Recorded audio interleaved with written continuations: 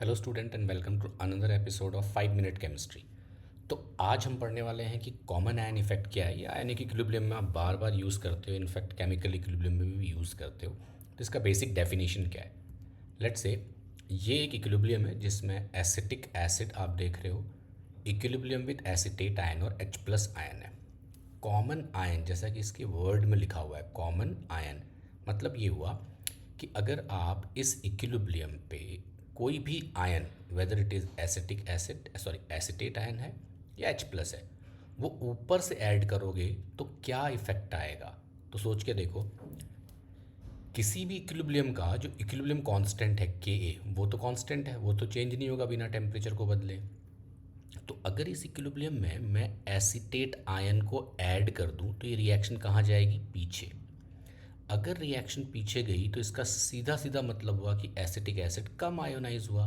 तो क्या ये कहना ठीक होगा कि कॉमन आयन इफेक्ट का मतलब है कि जब भी आप किसी इक्विलिब्रियम में कोई भी एक आयन डालते हो वो रिएक्शन को बैकवर्ड लेता है और इस एसिड के आयोनाइजेशन को सप्रेस कर देता है। इसको कहते हैं कॉमन आयन इफेक्ट। मतलब कि कोई भी कॉमन आयन अगर आप इक्विलिब्रियम में डालते हो और रिएक्शन बैकवर्ड चले जाती है तो that is what we call common ion effect. तो कॉमन आयन इफेक्ट की वजह से आपके एसिड का डिसोशिएशन कम हो जाता है। Now the point is that कि इसको लिखेंगे कैसे? बहुत आसान है।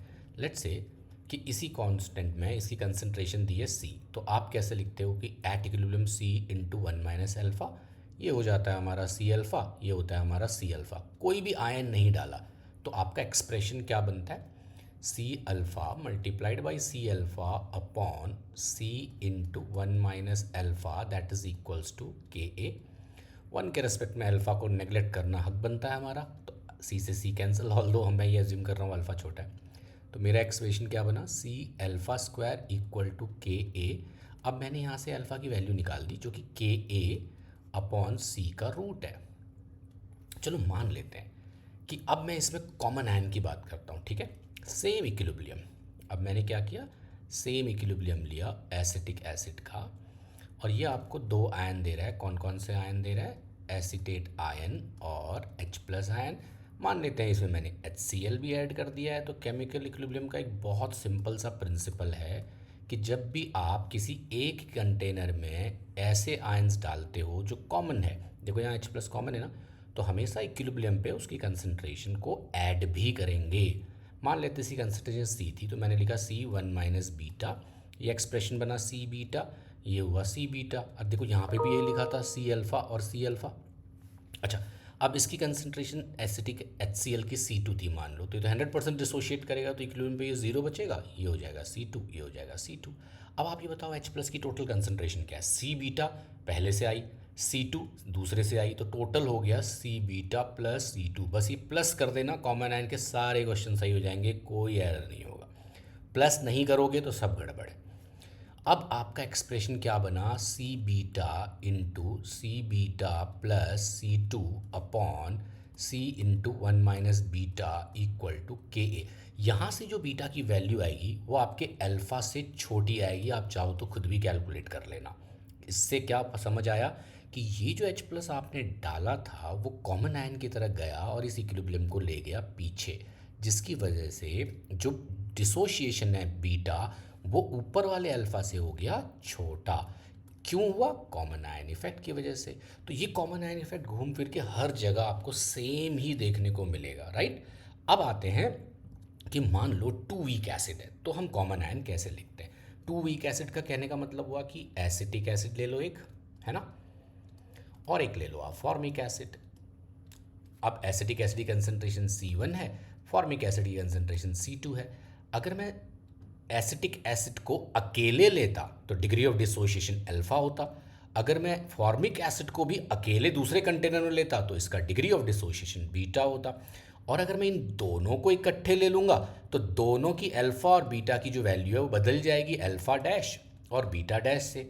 याद रखना कि इन दोनों में ही ये अल्फ़ा और बीटा की वैल्यू बड़ी होगी। क्यों? क्योंकि कॉमन आयन की वजह से डिग्री ऑफ डिसोसिएशन सप्रेस होता है, ठीक है।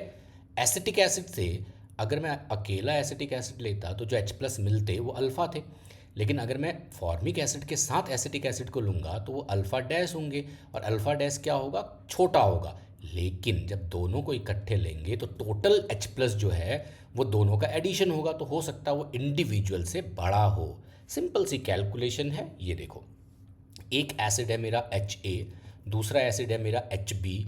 HA की कंसंट्रेशन मैंने ली है C1, HB की कंसंट्रेशन मैंने ली है C2। इस कैलकुलेशन को देख के बिल्कुल घबराना मत, बहुत सिंपल सा है।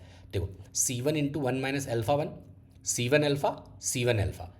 HB से C2 into 1 minus alpha 2, H plus आया C1, सॉरी C2 अल्फ़ा 2 और C2 अल्फ़ा 2। अब क्योंकि ऊपर वाले से जो H प्लस आ रहा है वो C1 अल्फ़ा है, नीचे वाले से जो H प्लस आ रहा है वो C2 अल्फ़ा 2 है, तो दोनों को ऐड दोनों जगह करेंगे कि कॉमन आयन है।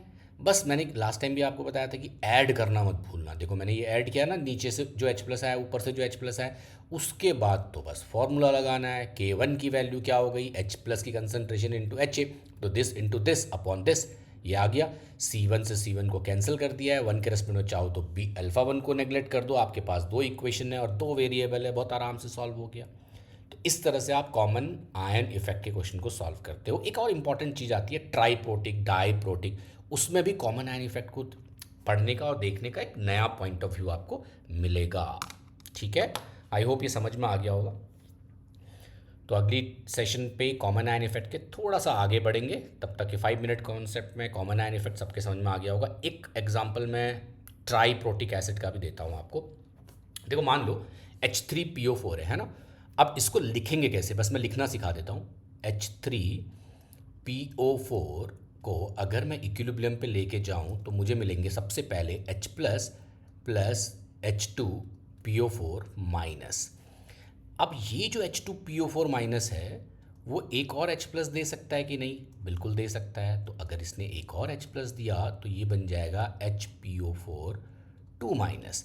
अब ये जो HPO4 2 माइनस है वो भी रेडी है एक H प्लस और देने के लिए, राइट। अब देखो ये बहुत ही अच्छा क्वेश्चन हो गया, किसका, कॉमन आयन इफेक्ट का। अब जरा इस डेटा को लिखते हैं अलग मार्कर से। देखो अभी मैं कंसंट्रेशन C ले रहा हूँ, बाद में मैं वो जो कंसंट्रेशन यहाँ पे लिखी है 0.01 वो रख दूंगा।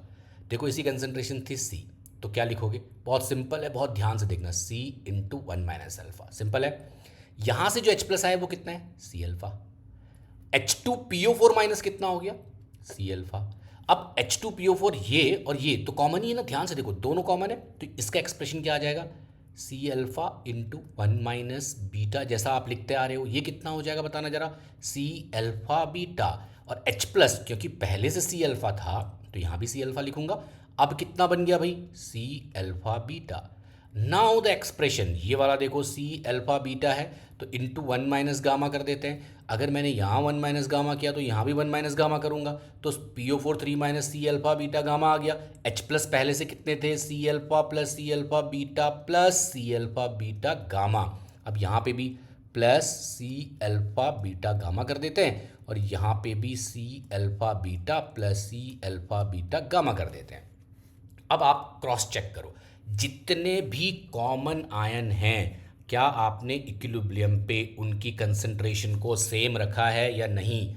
देखो H2PO4 मैंने यहाँ C अल्फा, वहाँ C alpha into 1 minus beta, तो बराबर कर देते हैं। अब देखो ये और ये एकदम सेम हो गए, ये और ये एकदम सेम है। H प्लस सभी तीनों ही इक्विलिब्रियम पे मैंने इक्वल रख दिए हैं, तीनों को ऐड करके एकदम बिल्कुल ठीक है। तो जब आप ये क्रॉस चेक कर लो कि हर एक कॉमन आयन की कंसंट्रेशन हर एक इक्विलिब्रियम में आइडेंटिकल हैं, अब इक्वेशन पुट कर लो। इक्वेशन कैसे पुट करोगे, फर्स्ट एक्सप्रेशन K1 आपको गिवन है, इसमें K2 आपको गिवन है, इसमें आपको K3 गिवन है, तो तीनों के एक्सप्रेशन को पुट कर, थोड़ा सा कैलकुलेशन ज़्यादा होगा, बट अगर आप कैलकुलेशन को कम करना चाहते हो थोड़ा नेगलेक्ट कर लेना।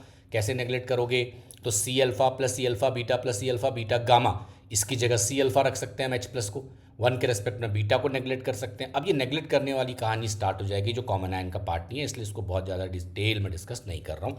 I hope common ion effect सबके समझ में आ गया होगा। ठीक है, थैंक यू।